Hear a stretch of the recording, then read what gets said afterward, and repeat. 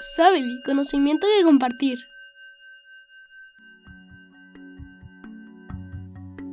Ni cero ni uno, el podcast de Lean Mind en el que hablamos sobre habilidades esenciales. Editado por Sabely.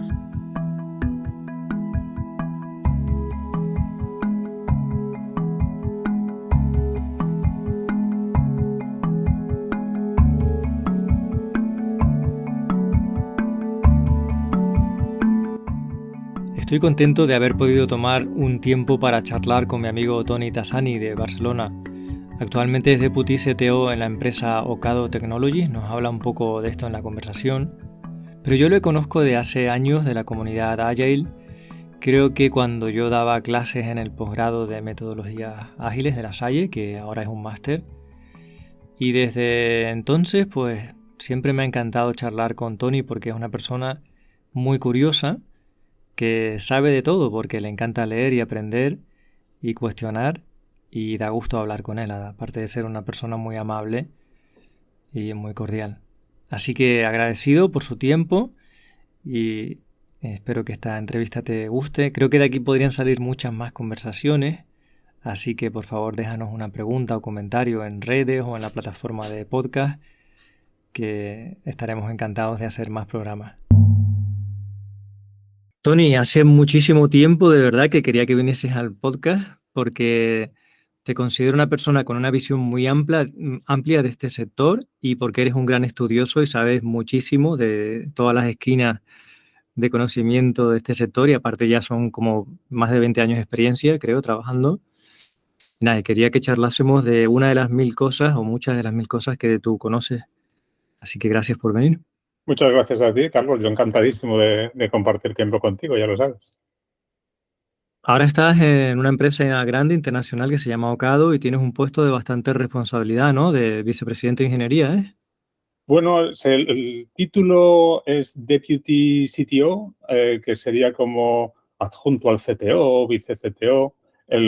Nuestro CTO decidió crear dos deputies, una persona encargada de la tecnología, del stack tecnológico, y otra persona encargada de las prácticas de ingeniería, el cómo hacemos las cosas por aquí, el temas de cualquier cosa respecto a testing, documentación o las prácticas de línea Agile, pues esto estaría bajo mi paraguas. Tengo un equipo muy pequeñito y también nos dedicamos al tema de application security, el desarrollar las aplicaciones de forma segura.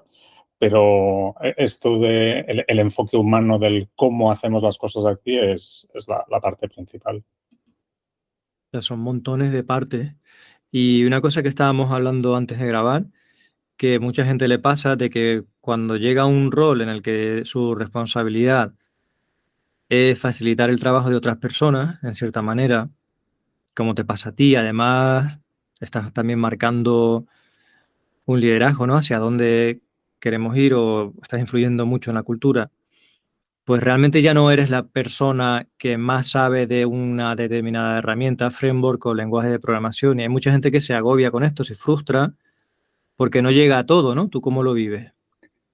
Yo creo que hay dos tipos de líder tecnológico. Hay un líder tecnológico que es líder de la tecnología y que todo el mundo acude a él cuando tiene un problema con aquella parte de la tecnología. Y en la organización hay sitio para esta gente. Y luego hay otro líder tecnológico que no está en el detalle de la tecnología, pero tiene un punto de vista más abstracto. Entiende los porqués, entiende la dirección de la organización, entiende los componentes económicos de las decisiones y entiende la tecnología desde esa perspectiva. El componente humano del cómo lo vamos a utilizar y el componente de contexto, de qué manera lo vamos a utilizar con la gente que tenemos. Entonces, esos líderes tecnológicos que no están tan metidos con la tecnología no pueden, es imposible que conozcan todas las tecnologías que tienen que liderar.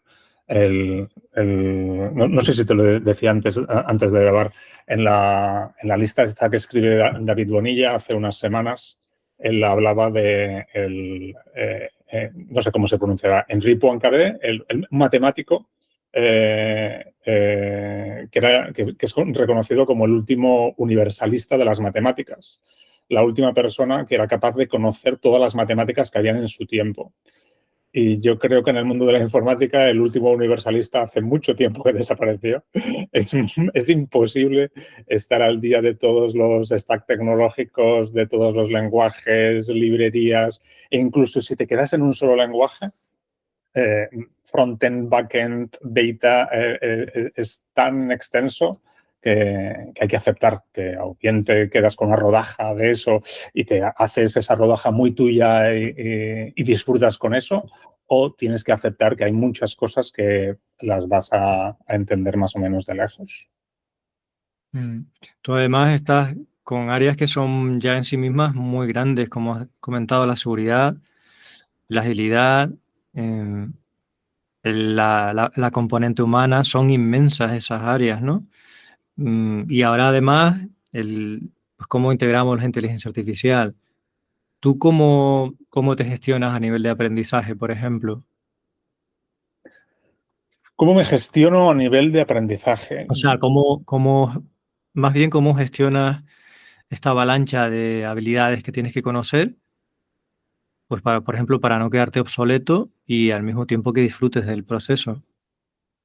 En esto de disfrutar del proceso y no quedarme obsoleto, me acuerdo que tenía una conversación con Gabri Prat, que también lo conoces tú, que yo le decía que cada vez que venían unas vacaciones, unas navidades o algo así, yo me buscaba un proyecto personal e iba a utilizar ese tiempo que en principio era de descanso para en mi descanso disfrutar con montar algo, construir algo. Era una cosa que hacía siempre. Y llegó un momento en que dijo, en que el cuerpo no me pedía eso. Es que no me apetece, es que ya no disfruto con eso. En aquel momento en concreto. También la vida cambia, las responsabilidades en casa y las cosas que tienes, el cuerpo tampoco da para quedarte hasta las tantas cacharreando con cosas, las cosas cambian, pero yo sí que de tanto en tanto disfruto con algo de tecnología. Y yo, por ejemplo, el fin de semana estaba cacharreando siguiendo un tutorial para ver las cosas cómo funcionaban con AWS, Terraform y React y estaba construyendo cosas para verlas cómo iban, pero no es algo que hago cada día ni hago cada semana. Sí que me gusta ver las cosas realmente funcionando, no quedarme tan solo con la parte abstracta, pero no las puedo conocer en profundidad ni en broma. Fíjate que hay gente que está empezando que dice que se agobia porque no puede ser full stack, ¿no? ¿Tú qué opinas de eso? Yo creo que el mito del full stack es... puede ser que estés haciendo full stack si realmente estás haciendo el frontend y el backend. Creo que el full stack es una respuesta a esa necesidad de ser capaz de construir algo. O sea, queremos, como humanos, el estar construyendo algo y no una parte de un algo.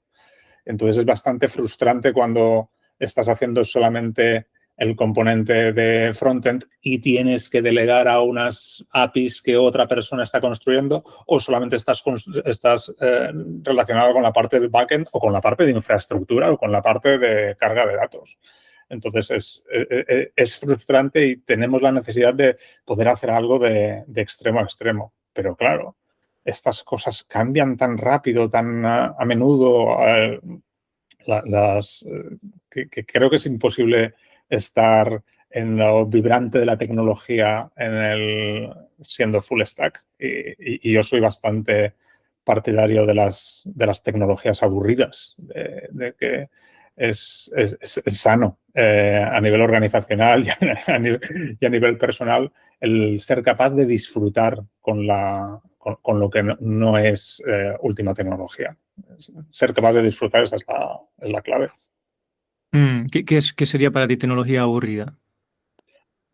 Si estás en una organización en la que me lo invento, han decidido utilizar una versión de Go y una versión de librerías de Go. Y ahora se pone de moda otro lenguaje. O el vecino ves que está jugando con Rust y que es muchísimo más rápido que lo que estás haciendo tú. Cuando tú pensabas que ya eras lo más rápido, pues ya lo tuyo te parece poco divertido. Y en tu caso, Go va a ser va a ser lo tuyo aburrido. Para otro, lo suyo aburrido a lo mejor va a ser COBOL, para otro va a ser Java y para otro va a ser .NET, pero no pensar que como dicen los ingleses, la hierba es más verde en el otro lado de la valla, no pensar que el mundo es mejor en el otro lado, te va a dar mucha libertad. Me encanta eso que has comentado de que hacer divertido lo que te toque, porque es así, ¿no? De que con el tiempo todo te puede parecer aburrido o divertido. Está más en la motivación intrínseca. Por eso me gusta el movimiento de la artesanía del software, de que tú, si te tocara trabajar en un proyecto con COBOL, podrías disfrutar de ese trabajo con COBOL, aunque fuera un lenguaje súper obsoleto. Totalmente de acuerdo. Y para todo hay un momento y seguramente hay un momento para construir tu currículum y decir las tecnologías en base a lo que quieres que figure en tu currículum y necesitas estar navegando de empresa a empresa hasta encontrar aquellas en que la tecnología te guste y quieras estar trabajando en esa tecnología, en esa o en otra empresa. Para todo hay su momento, pero el momento de disfrutar con lo aburrido yo creo que llega. ¿Cómo haces tú en tu empresa para la gente? En cierta manera entiendo que te encargas también de la motivación de tu compis, ¿no? Es difícil en una empresa con 3.000 personas decir que yo me encargo de la motivación de nada. Afortunadamente todo está muy extendido. Hay mucha gente que está trabajando en eso. Yo no me encargo de la motivación de nadie, más que de la mía. Pero el hecho de que tú dices cómo se hacen las cosas aquí, entiendo que no lideras dando golpes en la mesa. Exactamente. Entiendo que intentas que la gente se motive, ¿no? Exactamente. Entonces, mi misión no es la de decidir las tecnologías y el cómo hacen las cosas, sino el identificar las cosas que están funcionando bien y tratarlas de extender en la organización. Es un trabajo mucho más orgánico y mucho más lento, que da mucha menos recompensa porque no te puedes, es como en el mundo que hablábamos antes, en el mundo del coaching, es muy difícil como coach atribuirte nada porque tú estás tan solo ofreciendo un espacio a una persona y haciéndolo reflexionar sobre sus cosas y la persona va a buscar sus soluciones. Entonces, ¿qué es lo que has hecho tú? Podríamos decir que la persona podría haber llegado a las mismas conclusiones sin tu participación. Es muy difícil de decir y atribuir ningún éxito. Estoy en una situación parecida. Estoy en una situación de que es difícil atribuir que nada de lo que estamos haciendo viene de nosotros. Sí que en algunos casos pues construimos herramientas y construimos y hacemos estudios y ponemos en relevancia cosas que están sucediendo en la organización, pero nuestra labor no es dictar. A no ser que el estar utilizando una tecnología particular pueda ser perjudicial para la organización, nos pueda ir mal. Entonces, en ese caso sí que habría que descontinuarla y hay que comunicarla de una manera muy clara, pero si no, no es nuestro objetivo el decir, y a partir de ahora todo se va a hacer así. Qué bueno, en una organización tan grande tampoco te interesa que haya muchísimas tecnologías diferentes, ¿no? De alguna manera hay que ser aburridos, ¿no? En la línea que veníamos hablando antes. Exactamente. Y bueno, y full stack ahí es imposible, porque eso es tan inmenso que supongo que será imposible ser full stack ahí, ¿no? Completamente. Sí que hay mucha gente que es capaz de hacer de todo, entonces puedes decir de que tienes gente que son full stacks, pero no estás buscando gente que sean full stack. Hay más niveles de especialización, pero teniendo en cuenta que nuestra empresa es un supermercado, empezó hace 20 años como un supermercado online en Inglaterra. Y este supermercado online basándose en automatismos y robots en la parte del almacén, de manera que los costes pudiesen ser razonables, que la persona que va a comprar al súper no tenga que pagar por todas las personas que le han ido a buscar sus bolsas y sus cosas, sino que cuanto más automatismo haya, mejor. Y por lo tanto estamos construyendo robots, estamos construyendo embedded software, estamos construyendo sensores, estamos construyendo robots con 3D printing y toda la logística con inteligencia artificial y prediciendo los mejores caminos y el mejor aprovisionamiento. Hay muchísima tecnología. Es imposible el ser full stack con todas esas cosas tan diferentes que te estoy contando. Porque aparte del e-commerce, que sí que tenemos para poder comprar lo que quieras online, toda la parte de atrás también la construimos nosotros y es muy diverso. Y tu estilo entonces de liderazgo es como una especie de coaching, ¿no? Tú distingues para ti varios tipos de liderazgo, ¿no? Sí, ¿cómo se llamaba? Blanchard, que habla del situational leadership, habla de esta persona, habla del el estilo de liderazgo que es más directivo y el estilo de liderazgo que delega más, que le da totalmente autoridad a las personas. Y no es un binario, es un continuo, hay un espectro. Y tienes que saber qué es lo que tienes que utilizar en cada momento. Si el estilo de liderazgo que tienes que utilizar en un momento de emergencia seguramente no es el mismo estilo de liderazgo que tengas que utilizar en un momento de creatividad, de generar nuevas ideas. Y no hay uno bueno o uno malo. Tienes que tener en tu caja de herramientas todo lo posible para saber cuándo sacar el que hace falta. Y en esta línea, ¿cómo te has ido formando? Porque tú, claro, tú estudiaste ingeniería informática, ¿no? Luego toda la parte de coaching, ¿cómo te has ido formando en ella? O no sé si nos recomiendas algunos libros. Libros y cómo me he ido formando. Yo tengo la característica, iba a decir defecto, luego iba a decir virtud y digo, me lo voy a quedar en sin juicio, en característica de que a mí siempre me ha gustado leer. Soy muy curioso, me gusta aprender cosas, me gusta atesorar las cosas y luego cuando veo que hay conexiones entre ellas, digo, descubro cosas y entonces me da recompensa para querer leer más. Y tengo la suerte de que disfruto en ese proceso y también en el proceso de compartir. Me doy cuenta que yo disfruto mucho compartiendo lo que sé. Entonces, leer sí que he estado leyendo mucho. En un momento dado en mi carrera, en una transición entre empresas, fue cuando descubrí el mundo de Agile y entré en contacto con la comunidad de Agile Barcelona, fui con los amigos de Run Room, con Jaume Jornet, aprendí a hacer catas y TDDs que no tenía ni idea, leí tu libro, el primero, y ahí entré en el mundo de el Agile. Con el Agile leí un montón de libros, me formé allí, hice la formación en el posgrado que había entonces en La Salle, que ahora creo que es máster, y me interesó el mundo del coaching. Y yo empecé a participar en conferencias, empecé a ir a muchos eventos y veía que el componente humano del coaching me llamaba mucho la atención. Y seguí aprendiendo y en un momento me interesé por formarme en realmente life coaching y personal coaching o executive coaching. Y me puse a investigar en Barcelona, en mi ciudad, qué opciones había para aprender de coaching y me di cuenta que había un montón de escuelas, pero no de centros de aprendizaje, sino de líneas de pensamiento alrededor del coaching.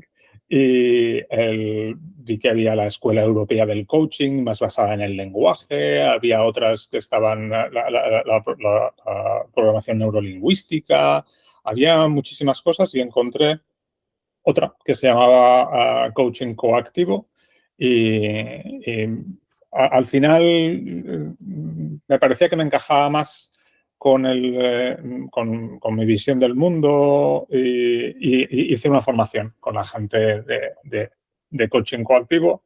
Me formé en esto, no me he certificado con el International Coaching Federation. Y hay muchas cosas que no me encajan 100%, pero creo que es una herramienta muy buena para tener, y a mí me ha resultado muy transformador el aprendizaje. Me ha hecho tener una conciencia de mí mismo diferente y creo que ha sido bueno para todos. ¿Y eso ha influido en tu carrera profesional, en los puestos de trabajo que has tenido después y en cómo trabajas, ¿no? Cómo te desenvuelves en el mundo laboral? 100%, 100%. Y no solo laboral, también te puedo decir que personal. Mi nivel de percepción de la vida es muy diferente. Una de las cosas que, por ejemplo, hacían reflexión en el coaching coactivo es la fisicalidad, el uso del cuerpo, el uso de los espacios, no estar tan solo en nuestra mente. Y eso para mí era rompedor. No, yo sí que pensaba que era una cabeza enganchada a un cuerpo y ahora lo veo de una manera muy diferente. Así que la gente que pregunta, ¿ahora cuál framework tengo que aprender y tal? Quizás sería interesante también que se planteasen aprender temas de coaching, ¿no?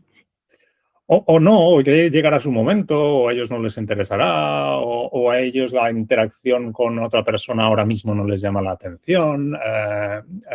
Cada uno encontramos nuestro camino. Sí, pero, por ejemplo, en tu organización, ¿qué tan importante es el individualismo frente al trabajo en equipo? ¿Y qué tanto se programa? No sé, es una empresa donde cada persona programa en su cubículo y su código suyo y ya está, ¿o eso está cambiando? ¿O ya no es así? En nuestra empresa hemos hecho... Yo cuando entré en esta empresa, entré con un rol parecido a un Agile Coach. Se llamaban Catalysts. Estos catalizadores eran empresas que... Eran personas, no empresas, eran personas que en su caja de herramientas no llevaban solo el Agile, llevaban lo que hiciese falta y a lo mejor en algún caso para resolver el problema Agile no es lo que te hace falta. Como tenemos muchas cosas industriales y de procesos físicos, en muchos casos Agile no es la respuesta. Y uno del trabajo que hicieron estos Catalysts, que lo hicieron antes de que yo llegase y todo, fue definir valores, valores de la empresa. Y uno de los valores que era muy importante para la empresa justamente la colaboración, que ahora le hemos cambiado el nombre y le llamamos Collective Potential, el potencial colectivo. Entendemos que se puede conseguir mucho más trabajando en equipo que trabajando de manera individual. Puedes llegar más lejos, puedes aspirar a mucho más y a tener más alcance cuando estás colaborando con otros. Pero el colaborar con otros requiere unas maneras de trabajar, unos estilos de comunicación de los cuales tienes que ser muy, muy conscientes y los tienes que trabajar. Para nosotros el trabajo colectivo es muy importante. Sí, a ver, hay momentos, ¿no? De todo tipo y personas yo, por ejemplo, soy más introvertido, ¿no? Y nos pasa mucho en tecnología de que a lo mejor necesitas que una buena parte del día estés trabajando en solitario. Pero bueno, siempre está el camino del medio, ¿no? Ni años o meses en solitario, que cuando te vas de vacaciones te tienen que llamar porque el código no lo puede tocar nadie más, ¿no? O lo que sea. Ni estar todo el día en reuniones, ¿no? Es difícil encontrar ese punto medio. Exacto. Yo hace muchísimos años, incluso antes de conocer el mundo de Agile, a la hora de pensar en el trabajo, yo utilizaba la expresión, yo quiero poder tener la gripe. Y no es que esté en mis deseos el tener la gripe, pero quiero que no tener un sufrimiento extra, aparte de la gripe, el pensar que aquello que he hecho yo soy el único que lo puede mantener. Entonces, como dices tú, se trata de encontrar el equilibrio, porque sí que es verdad que, por ejemplo, el pair programming, para mí, cuando yo codificaba, pair programming me parecía muy poderoso, pero me desgastaba un montón. O sea, yo no podía estar todo el día de pair programming. Tenía que hacer media jornada y me era muy, muy útil me recompensaba un montón. Pero el hecho de estar tan enfocado en una tarea, tan solo con la tarea y el input de la otra persona, para mí me agotaba. Yo creo que sí que hay un equilibrio cuando tienes claro cuando estás integrando, cuando estás haciendo puntos de integración respecto a lo que estás haciendo, sea lo que sea, y colaborar con otra persona.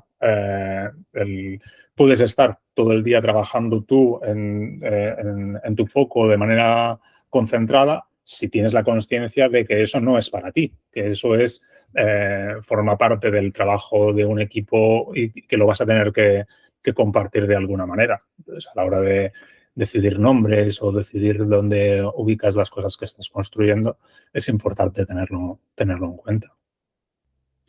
Qué interesante lo que has dicho, ¿no? Tú puedes trabajar en solitario, pero teniendo en cuenta que no es tu código, es algo colectivo, que además tienes que hacerlo pensando en que lo van a heredar otras personas, que incluso a lo mejor el día de mañana ya lo puede coger otra persona. Hace nada, mira, ahora que dices eso, me has hecho pensar, hace nada leía un libro de la psicología de la programación, computer programming, la psicología de la programación de ordenadores, algo así, de Jerry Weinberg. Un libro de psicología y programación de 1971. Y en este libro hay muchas cosas obsoletas, muy obsoletas, como por ejemplo cuando hay una descripción de qué manera es mejor pasarle las tarjetas perforadas a la gente que tiene que procesarlas, si en cajas o con una goma. Hay muchas cosas obsoletas, pero hay muchas reflexiones que son muy vigentes y muy, muy buenas. Y una hace referencia a una cosa que le llama egoless programming, programación sin ego. Es el entender que el código que estás construyendo no es tu código, es un código que forma parte del equipo, que va a ser compartido, pero que en ese código no estás tú, no eres tú reflejado en ese código, es algo que estás construyendo con otras personas. Eso me parece súper vigente. Hablando de libros clásicos, ¿no? que conoces, ¿cuáles para ti serían de referencia más importantes que tú más recomendarías?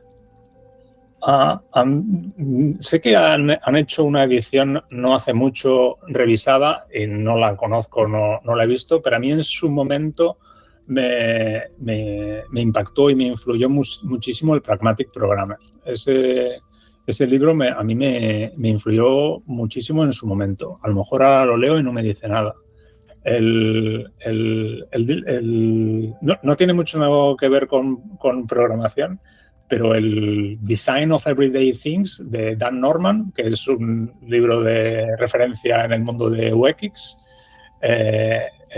también a mí me entusiasmó, y también hay una versión revisada de no hace mucho. Y a lo mejor ahora lo leo y no me dice nada. El otro día me pedían recomendaciones de libros a un amigo y yo le decía que me es muy difícil, porque para mí la lectura de un libro no es el libro en sí, sino que es la experiencia.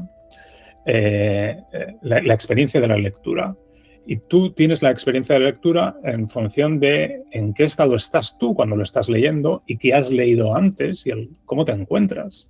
Entonces, el mismo libro lo puedes leer en otro contexto y vas a tener una experiencia completamente diferente.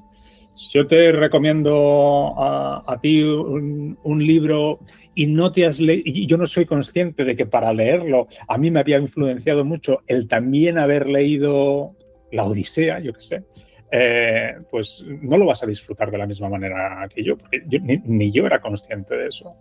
Entonces, me cuesta mucho recomendar. Aún así lo hago, ya lo estás viendo. A mí me gustó, y hay mucha gente que le tiene una manía terrible. El clean code a mí me gustó, por ejemplo.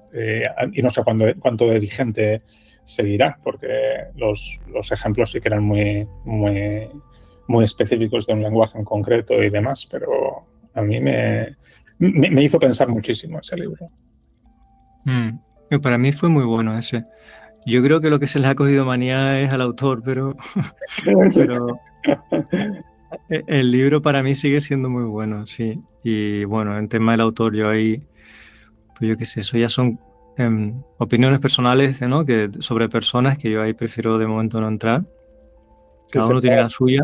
Separar la obra del autor a veces se hace Para mí es importante separar eso, ¿no? Que la obra queda ahí para la humanidad. En la obra no dice nada que vaya contra los derechos de nadie. Y luego ya lo que la persona viva y expresa en redes sociales es otra cosa, ¿no? Diferente. De hecho, cuando yo, por ejemplo, siento que mis libros no son una cosa mía, sino que son una creación que la vida me permitió en algún momento la energía y el tiempo de poder hacer y están ahí, ¿sabes? Pero sobre todo cuando pasa el tiempo, no lo considero...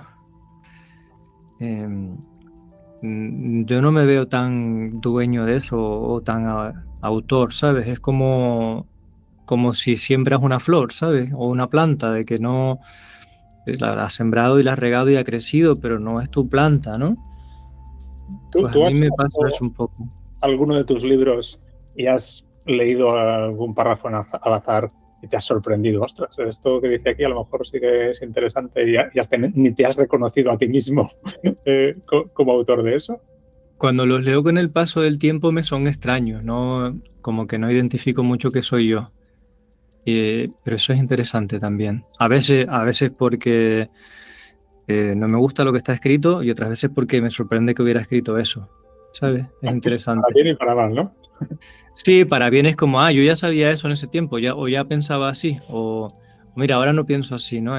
Por eso te digo que me gustaría que en general las obras se separen de de cómo es la persona que la escribió, ¿no? O si hablamos de una sinfonía de música, pues yo qué sé, si Beethoven era un cascarrabias, me gusta la novena, ¿sabes? Y procuro eso, separar la obra de la persona. Totalmente de acuerdo. Yo creo que eso es muy sano. Si yo decía que la lectura es una experiencia, la escritura ni te digo. Creo que era en el Fedro de Platón. Platón critica los libros porque dice que cuando las cosas quedan escritas, la gente no utilizará su memoria, no ejercitará la memoria. Eso ya lo criticaba hace unos cuantitos años. Y además decía de que él podía cambiar de opinión y si las cosas quedaban escritas, su opinión quedaba reflejada y quedaba petrificada. Y él pues quería poder, y tampoco cuando las cosas quedan escritas, si tú tienes una duda, no le puedes preguntar al libro y a lo mejor el autor te puede contraargumentar, incluso cambiar de idea en la conversación y el libro no te lo permite. Aunque lo criticaba tanto, lo criticaba desde un libro. O sea... Hombre, una cosa que puede ser positiva de la inteligencia artificial es que el conocimiento, o sea, te puede hacer un resumen la IA y demás, pero a lo mejor sí que tienes esa posibilidad de preguntar o incluso de que las personas que escriben el libro tengan más tiempo para interaccionar con la gente, ¿sabes? Es como un poco con la música, ¿no? Que pasa también que durante, no sé, en la década de los 80 o más atrás, lo importante era sacar el disco. Y eso es lo que te daba dinero, venderlo, ¿no? Y cuando luego llegó Napster y todo lo que vino después, ya no les daba tanto dinero sacar el disco, sino tocar en concierto, ¿no? Que era en realidad lo original, porque la música estaba mucho antes de las grabaciones, ¿no? Y eso hace que las artistas y los artistas pues puedan interactuar más con su público, ¿no? y que tome más relevancia el salir de concierto, pues yo creo que también eso puede ir pasando en otras áreas, ¿no? En profesiones del conocimiento también. Sí, lo que no he entendido muy bien es la inteligencia artificial. Aquí de qué manera, porque sí que entiendo en los Large Language Models, en estos LLMs, que cuando tú los utilices con un texto escrito van a ser muy capaces de hacerte un resumen, de escribírtelo, de comparártelo con otras cosas, de explicártelo en otro tono, pero no tiene la voz del autor. No, me daba la sensación que decías, puedes continuar la conversación con el autor, pero a lo mejor sería interesante que tú tuvieses una conversación con los autores de los libros que has escrito tú, porque estarías hablando con tu yo más joven. No sé si eso tendría sentido. Sí, y creo que son varias cosas. El hecho de que tú también, si has escrito el libro, podrías pedirle, no, podrías pedirle a la IA que te actualice ideas que tú tienes, por ejemplo, ¿no? O sea, como que los libros fueran más dinámicos y no tuvieras, porque reescribir un libro o cambiarlo es muy duro, es un trabajo muy pesado. Por eso el Pragmatic Programmer tardó 20 años en sacar una edición nueva y seguro que fue muy difícil y además muy tediosa porque los autores seguramente ya no les apetecía tanto hablar de ese libro, ¿no? Que estaba tan atrás en el tiempo. Entonces, por un lado, creo que a lo mejor la IA puede ayudar a que saques versiones con más frescura o que los libros sean algo más dinámico, no tan estanco. Y, ¿sabes? Que los formatos vayan un poco cambiando. Sí. Y, no, y aparte que tú puedas tener contacto con las personas que no sé, que sea más fácil decir, venga, pues hacemos una videollamada con las personas autoras, ¿no? Y que a lo mejor no tienes que estar tanto tiempo dedicándote a pulir la escritura. Sabes que de un libro, una parte pequeña es escribirlo, ¿sabes? Pero la parte más grande es modificarlo. Editarlo, cambiarlo. Y bueno, es lo que creo que hace que la mayoría de la gente se desanime, ¿no? Que ahora lo vemos nosotros con Sabily, de que la gente escribe con mucha ilusión, pero cuando empiezas a decirle que tiene que cambiar cosas, ahí ya mucha gente se viene abajo. Sí, no sé cuántos lectores quedan. De la misma manera que a mí sí que me gusta mucho leer y sigo leyendo. Ahora el consumo de vídeos y de vídeos cortos que requieran poca atención, no sé eso tampoco cómo afecta al aprendizaje y cómo afecta cómo la gente está interiorizando contenidos, no tengo ni idea. Pero la paciencia de leer un libro e incluso ir a buscar referencias y demás para poder adquirir un conocimiento, no sé cuánto tiempo le queda a esto. Bueno, esto que dice Taleb, ¿no? De que si algo lleva mucho tiempo, tiene más probabilidad de seguir mucho tiempo en el tiempo, ¿no? Los libros llevan miles de años.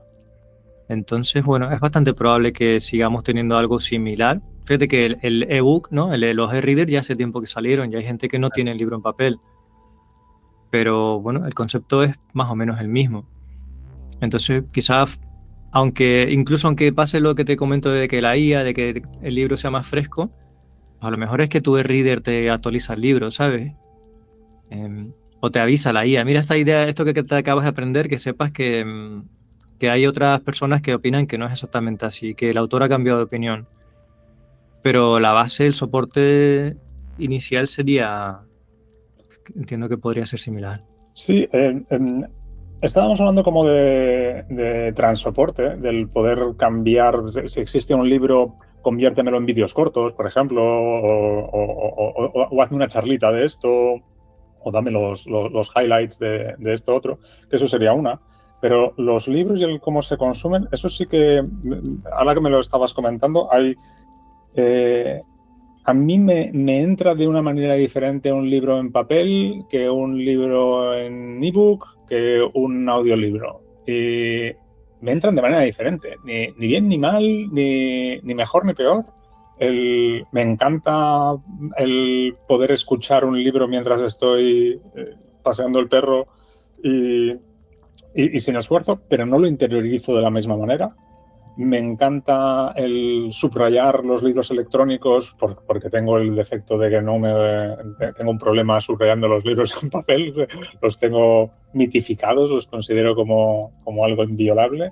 Y con los libros electrónicos puedo hacer búsquedas, puedo encontrar, es mucho más fácil hacer los resúmenes.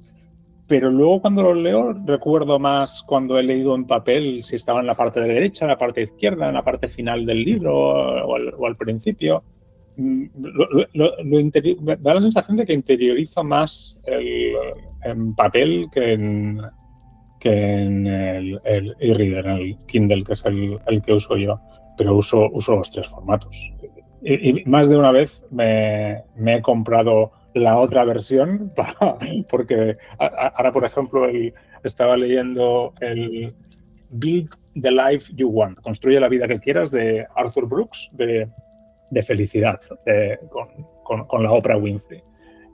Hablan de felicidad. Y lo escuché como audiobook, me pareció muy bueno, pero dije, es que es como si el contenido hubiese pasado a través de mí, no se ha quedado nada. Me compré el libro en papel para leérmelo e interiorizarlo, porque yo estaba convencido que lo volví a escuchar el audiolibro y me iba a quedar igual otra vez.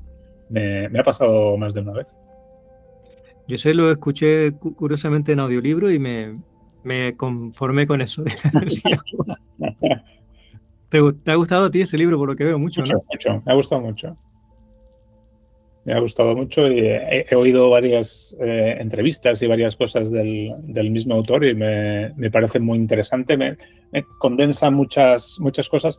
Hay un componente, creo recordar, religioso al final del libro que me descoloca un poco, pero sí que me gustó mucho. Aún tengo que hacer la lectura del libro físico y a lo mejor no me gusta la siguiente experiencia. Bueno, tú sabes, justo escuchaba una charla hace poco de Paniker, que está dirigiendo la editorial Kairos, si no me equivoco ahora mismo, que dice que nuestra cultura pensamos que lo religioso lo acotamos a lo que es el catolicismo, ¿sabes? Y entonces nos cuesta, tenemos cierto problema, ¿no? Con lo que se supone que sea religioso, pero en realidad es mucho más amplio, ¿sabes? No tiene por qué ser ni siquiera dogmático. O sea que, bueno, esas cosas, curiosidades de nuestra cultura, ¿no? Lo que podemos pensar que es religioso, no religioso, yo no quiero saber nada, pero eso es porque tenemos ciertos sesgos también, en nuestro caso con el catolicismo, pero ni siquiera el cristianismo protestante ni siquiera es igual. Es interesante, ¿no? Nuestros sesgos. A mí me haces pensar en espiritualidad, más allá de religiones regladas. Lo que me llamó mucho la atención, me dio mucha curiosidad, fui por trabajo a la India y muchas personas con las que encontraba te hacían dos preguntas, te preguntaban por tu familia y te preguntaban por tu religión. Era muy importante. Yo iba con otra persona y la otra persona pues decía, no, yo soy ateo y estoy divorciado. Y no hablaba nada más de familia. Y eso le entraban en cortocircuito, porque le daban mucha importancia a tu componente espiritual y les daba lo mismo si eras musulmán, jainista, católico, protestante, que tuvieses algo, que tuvieses un referente. Para ellos era muy importante para entrar en contexto en las conversaciones y luego lo tenían muy presente en las futuras interacciones. Y si habías hablado de familia, te hacían referencia a tus hermanos. Y para ellos el componente espiritual, por lo menos con la gente que yo interactué, era súper importante. Me ten en cuenta que aquello es la cuna del mundo de la espiritualidad, ¿sabes? Ellos llevan muchos miles de años practicando yoga, sentándose a meditar. Es una cosa que está muy, muy en su ADN metida. Entonces, bueno, tiene sentido que sea tan importante. Es eso, son la cultura en la que naces y te crías te marca de muchas maneras. Uh-huh. Y volviendo a libros, no es que, claro, los que nos escuchan no ven tu fondo, que es una gran estantería repleta de libros. Pero a mí me has recomendado algunos muy buenos. Me recomendaste uno que se llama Cuando digo no me siento culpable, eh, que no me acuerdo del autor ahora. A ver si está por Manuel aquí. algo.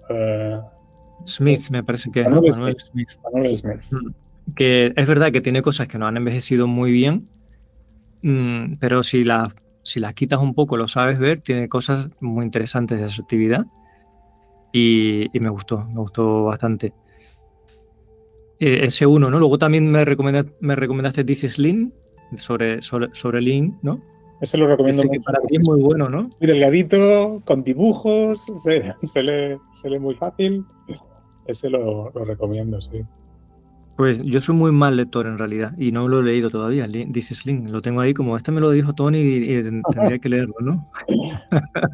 Hay mucha gente que me lo ha criticado porque los autores plantean una tesis para mejorar la eficiencia y que muchos dicen que no está sustentada en nada la tesis y tienen su parte de razón. Pero tal como está explicada, tal como es la narrativa que explica lo que es Lean, no centrado en las prácticas, sino de un componente mucho más cultural y entenderlo desde una manera más abstracta, a mí me pareció muy bueno. Hmm. ¿Y más recomendaciones? ¿Quieres que te recomiende más libros? Bueno, a la audiencia, ¿sabes? Pueden ser algo técnicos o de gestión. Por ejemplo, en temas de gestión, ¿qué te gusta a ti? ¿El Management 3.0 te ha gustado? Tengo el Management 3.0, la idea me parece muy bien. El producto también está funcionando bien. Comentaba con un amigo que se formó en eso, pero que él no venía de la corriente Agile ni nada por el estilo, ni sabía quién era el Julian Apello ni nada así. Y él me hacía la reflexión de que le faltaban en ese libro mucho componente en autogestión, en self-management, que siempre es una gestión hacia afuera, siempre es una gestión hacia los demás, y no había una gestión hacia adentro. Y me pareció una reflexión muy, muy buena. El Management 3.0 es muy interesante si estás en el Management 2.0 o 2.5 y vas hacia allí. Pero si no, todo depende de dónde estés y de dónde vengas, que te pueda resonar más o menos.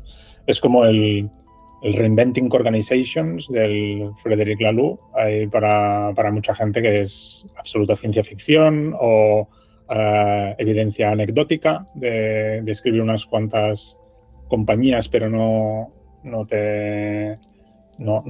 hay realmente un patrón en todo lo que de dónde viene lo que escribe Laloux, que lo escribía como consultor de McKinsey. ¿Cuál es tu opinión de ese libro, de reinventar las organizaciones? En tu experiencia, ¿no? En tu experiencia en el sector, ¿lo ves útil? ¿Lo has aplicado alguna de esas cosas? ¿Las has visto en funcionando? Son modelos mentales. Entonces, a mí me gusta la gimnasia mental y me gusta que me provoquen los desafíos. Me parece que un consultor tiene la obligación de plantearte una solución, pero es porque le has llamado por eso. Pero todo depende del contexto, todo depende de la circunstancia en que estés y por muy extensa que sea la caja de herramientas del consultor, el consultor se va a ir y tu realidad va a ir cambiando. Entonces, muchas de las cosas que propone el libro, que a mí me parecen idealistas y que pueden funcionar en determinados contextos, hay que equilibrarlas. Y yo conozco mucha gente que no hace mucho ha ido a visitar empresas que están descritas en ese libro como TIL y que se han quedado muy decepcionados por cosas que han visto, sin decir nombres. Entonces,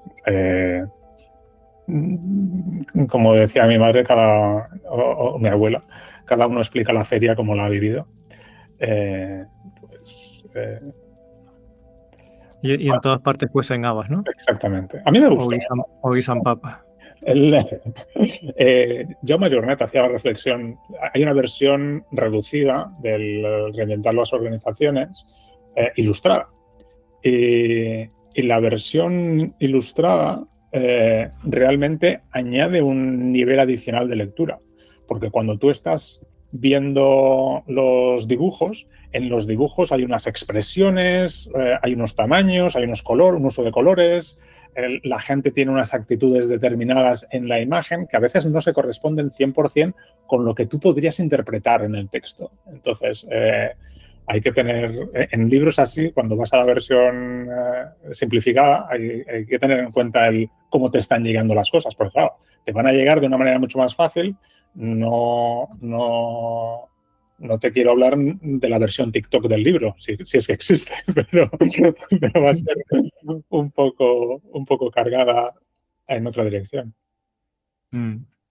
Y lo mismo te tienes que, Tony, entonces, si quieres, una cosa que sí me gustaría preguntarte, que todo el mundo pregunta, es cómo ves tú el sector ahora, cómo nos ha cambiado pues, estas innovaciones tecnológicas en los últimos años y cómo crees que va a ser el futuro próximo.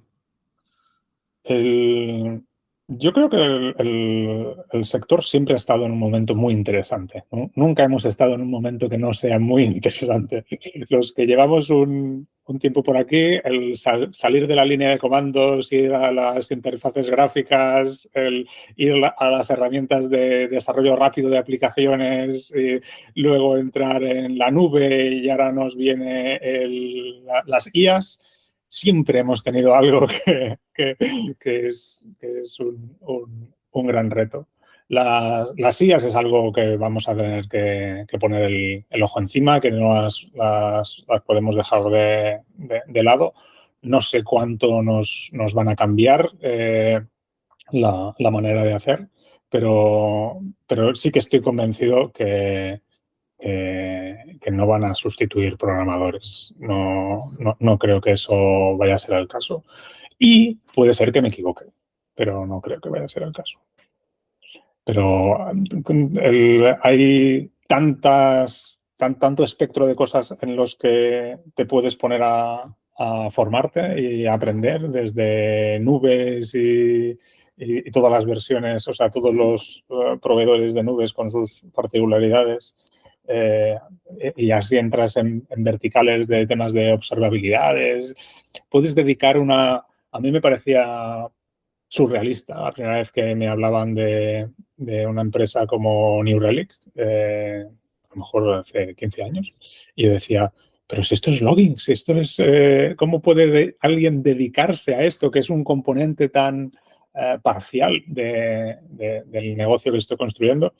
Y que ahora lo ves y tiene todo el sentido del mundo. Y hay una especialización ahí, hay tener en cuenta costes, tener en cuenta retención, tener en cuenta nivel de detalle, Grafanas, Prometheus. Hay un mundo que puedes dedicar tu vida enteramente profesional a solo ese pequeño vertical de algo que era anecdótico cuando yo hacía aplicaciones hace 3.000 años. Yo creo que no creo que pueda decir que nunca ha estado más interesante de lo que está ahora. Yo creo que siempre ha estado súper interesante el mundo del desarrollo de software. Y no sé si nos puedes contar o no, por temas de privacidad, ¿no? Como hacéis un uso fuerte de la IA, ¿entrenáis vuestros propios modelos? ¿Tenéis hardware? ¿Tenéis esas súper maravillosas tarjetas NVIDIA y data center y tal? ¿O os apoyáis en modelos como ChatGPT? Tienes que estar al tanto de todo lo que hay en el mercado. Intentarlo probar todo es imposible, además de muy caro. Tenemos la suerte de tener una organización dentro de la empresa. Tenemos un departamento dedicado a los datos y tenemos un Chief Data Officer Y este Chief Data Officer establece cuál es la ruta para el uso de datos y IAs dentro de la organización.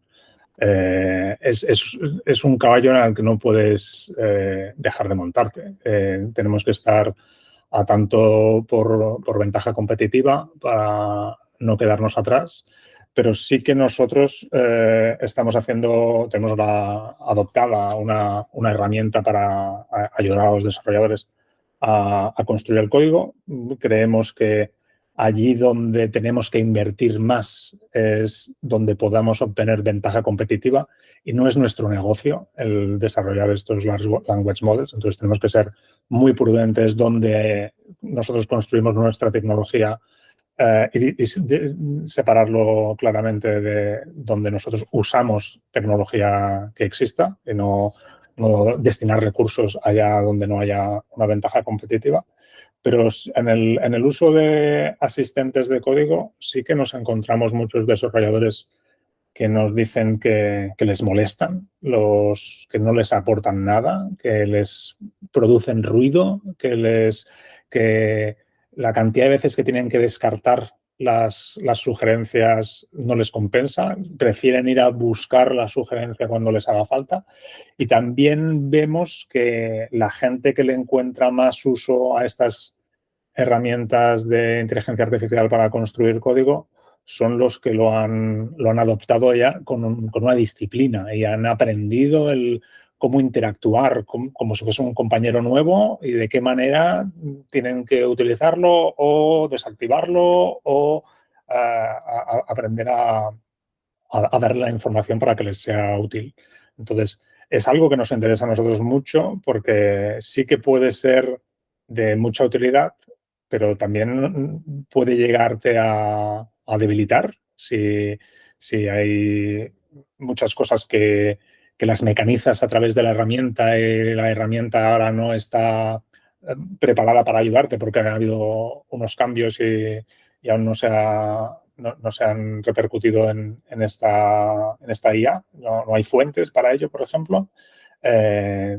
Tenemos que estar muy, muy al tanto de que no nos debilite. El otro día, no recuerdo dónde, decían que tenías que utilizar las inteligencias artificiales como una bicicleta y no como un coche. Es decir, tiene que ser algo que cuando tú pongas energía, te multiplique esa energía que estás poniendo. No algo que pienses que hace el trabajo por ti y sin poner ningún tipo de energía te está haciendo las cosas. Yo creo que como multiplicador del esfuerzo que pones es un gran uso. Sí, mis compis lo usan bastante, la mayoría como multiplicador. De hecho, Mario Pinto, un compi, ha desarrollado una formación para empresas. Ahora dentro de poco la empiezan a impartir y va en esa línea, ¿no? Ayudar a empresas y desarrolladores a que adopten ese nuevo compañero, porque como tú dices, está siendo así, en nuestra experiencia está siendo así. Ya llevamos usándolo, pues yo qué sé, entonces iba a ser 2 años, ¿no? O año y pico. Y efectivamente, no es que de un día para otro ya le sacas partido. Sí, es como muchas otras herramientas. Pues he hablado muchísimo de pragmatismo todo el tiempo y ahora sobre todo, ¿no? En plan de este no es nuestro core de negocio, pues aquí no podemos destinar recursos. ¿Eso cómo se aprende, Tony? ¿O por qué hay tanta gente en el sector tecnológico que esas cosas esa bombilla no se la ha encendido? Yo creo que seguramente el ser dogmático y el que creer en una verdad te da seguridad y te da tranquilidad. El aceptar la incertidumbre y el ser capaz de decir no lo sé, el aceptar los grises, pues es más difícil y a veces te puede dar mucho vértigo. Yo recuerdo un libro que no recuerdo el contenido del libro, pero y ahora no me voy a acordar del título del libro. ¿O el autor? ¿Te acuerdas de la autora? Me acuerdo de un libro que se llama Liminal Thinking, de Dave Gray, creo que se llama el autor, que habla del conocimiento. Liminal es la parte intermedia entre los mundos, entre los espacios. Pues y el otro libro es Integrative Thinking. Pensamiento integrativo y pensamiento liminal. El liminal es el ser capaz de mantener dos ideas al mismo tiempo en la cabeza. La idea que tengas y la opuesta. Y el considerar qué pasaría si tú estuvieses equivocado. Considerar qué pasaría si te están proponiendo fuese la correcta. Eso es un superpoder. Y el pensamiento integrativo es exactamente eso. El no descartar ideas que te vienen, sino tratarlas de integrar en tu pensamiento. En la lógica aristotélica, la lógica del mundo occidental, estamos muy acostumbrados al verdadero o falso. Y lo que no es verdadero es falso. Lo que no es falso es verdadero. Estaba leyendo, ahora estoy leyendo un libro del Jocko Willink, la dicotomía del liderazgo, Dichotomy of Leadership, el mismo autor de Extreme Leadership, un Navy SEAL de los Estados Unidos que te explica todas sus historias de liderazgo alrededor de lo militar. Bueno, si te motiva eso, pues puede ser interesante. Pero lo que me hace gracia del Dichotomy of Leadership es que se basa todo en dicotomías, porque él entiende que todo en la vida son dicotomías, que cuando eliges una cosa, le estás diciendo no a lo contrario. Y en la lógica oriental hablan del tetralema. Las cosas pueden ser verdaderas, falsas, verdaderas y falsas, o ni verdaderas ni falsas. Eso es otra dimensión a la hora de pensar. Cuando tú te planteas de todo aquello que estés pensando, puedes aceptar otros puntos de vista, te genera muchas más opciones. Y a lo mejor te da vértigo y prefieres quedarte con tu idea y aquello que consideras cierto y eso te da mucha más seguridad. Yo a veces me hago la broma a mí mismo de decir que soy pragmático en mi pragmatismo, porque si me hace falta ser dogmático, seré dogmático en alguna cosa. Y yo haciéndome la broma a mí mismo me río. Si te voy a coger un atajo o no un shortcut, pues lo cojo, ¿no? Meter un sesgo, ¿no? Para que no consuma tanta energía, ¿no? Qué bien, Tony. Pues eso, yo es lo que te decía, digo, podemos estar hablando ahora sin preparar mucho un podcast concreto porque seguro que me lo voy a pasar bien y así ha sido. Y de hecho, bueno, te dejo porque tienes que trabajar, ¿no? Pero estaría bien hacer otro programa, ¿sabes? Estaría muy bien que hagamos otro podcast y entonces, bueno, invitar a las personas que lo han oído que dejen algún comentario en Spotify o en su plataforma favorita, que lo valoren bien. Y una curiosidad es que cuando la gente deja comentarios en Spotify, a mí como publicador no me deja responderlos. No sé si es que no se puede o que ya soy que dice estoy mayor y no quiero averiguar cómo se hace y tal, ¿no? Pero bueno, sino que sí que se leen, y le sirve a otra gente esas valoraciones y comentarios. Así que muchas gracias, Tony. No sé si había alguna cosa última que querías añadir. Nada, un abrazo. Si esta es la manera para poder tener conversaciones contigo, pues las grabamos y no hay problema. y encantado. Un placer, cuídate y felices vacaciones. Venga, un abrazo. LeanMind es la empresa que patrocina este podcast y también es la empresa en la que yo estoy orgulloso de trabajar. ¿Cómo podemos patrocinar el podcast? Pues porque afortunadamente tenemos unos clientes maravillosos. Trabajamos para empresas que tienen su propio departamento de desarrollo, personas que desarrollan su propio producto digital y que quieren subir de nivel. Nos llaman porque quieren subir la calidad del producto y a la vez capacitar a las personas e integrar parte de la cultura de ingeniería de XP, valores y principios en su día a día. Durante 6 meses o a veces un año o incluso más, varias personas de LeanMind se añaden a esos equipos de desarrollo para hacer un mix y que haya un intercambio. Trabajamos en su producto real, típicamente ayudándoles a recuperar el control del código legacy que se ha ido y no hay quien pueda, o para desarrollar también nuevas features con unos buenos estándares de calidad que hagan que ese código sea sostenible en el tiempo. En definitiva, quieren alcanzar objetivos de negocio diferenciadores y por eso nos llaman.